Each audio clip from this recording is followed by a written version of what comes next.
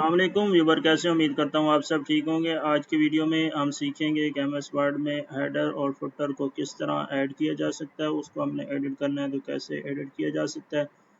Page number insert करने हैं तो किस तरह हम उसको इंसर्ट कर सकते हैं।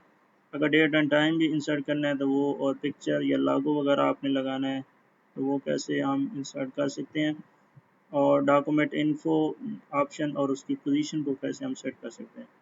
तो जो भी आपके पास टेक्स्ट यहाँ आपने लिखा है उसके बाद जहाँ पे ये स्पेस ऊपर होगी यहाँ पे आपने डबल क्लिक करना है। डबल क्लिक करेंगे तो आपके पास हेडर का जो है वो ओपन हो जाएगा। आप यहाँ पे जो भी हेडर ऐड करना चाहें, जैसे ज़मान इनपुट है, ये आप यहाँ से इजीली ऐड कर सकते हैं इसमें।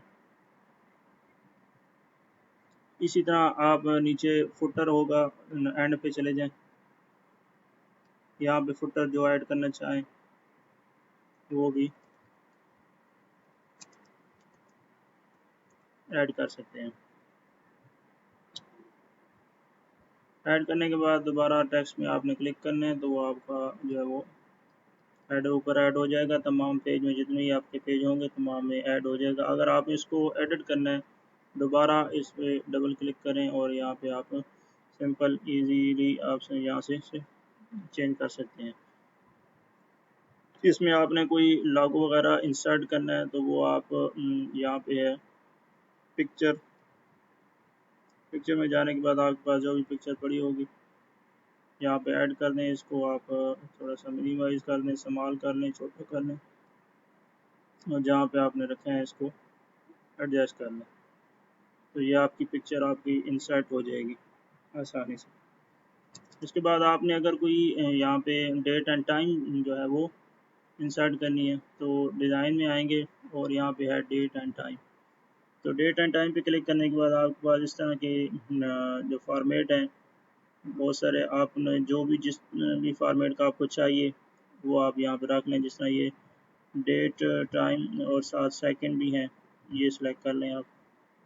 अगर यहाँ पे है अपडेट ऑटोमेटिकली करते रहेंगे तो जो भी आपका टाइम, जिस टाइम भी आप इसको मतलब रेगुलरली ये टाइम ऑटोमेटिकली अपडेट होता रहेगा। जिस टाइम आप फाइल ओपन करेंगे एक दिन बाद तो उसका टाइम वही एक दिन बाद का शो होगा, मतलब करंट जो टाइम और डेट होगी वो आपको शो हो जाएगी। अगर इसको नहीं करना चाह रहे तो इसको अनचेक कर दें और ओके कर दें तो डेट एंड टाइम आपके पास यहाँ पे आ जाएगा। उसके बाद डॉक्यूमेंट इन्फो है। डॉक्यूमेंट इन्फो मतलब आपकी जो ये डॉक्यूमेंट है वहाँ पे ऑथर का नाम लिखना चाहें, फ़ाइल का नेम लिखना चाहें, फ़ाइल का पाथ तो यहाँ पे ऐड कर सकते हैं फ़ाइल नेम। जिस तरह ये MS वर्ड बेसिक के नाम से मैंने इसको ऐड कर दिया।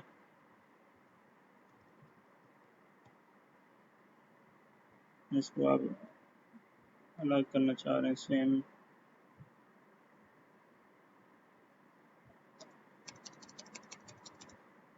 तो इसकी जो पोजीशन है उसको आप एडजस्ट करना चाहें, जहाँ भी राइट पे टॉप पे इस पर करना चाहें तो वो कर सकते हैं। उसके बाद आपने जो है हेडर टॉप इसका साइज़ जो है वो इंक्रीज़ करना है या कम करना है तो यहाँ से आप कर सकते हैं। जिस तरह अगर कोई पिक्चर वगैरह है और वो बड़ी पिक्चर है तो यहाँ पे एडजस्ट आप कर सकते हैं। फुटर का भी आप जो है वो ये नीचे आप दिखा थोड़ा सा, फुटर का भी यहाँ से साइज़ इंक्रीज़ या डिक्रीज़ यहाँ से आप कर सकते हैं।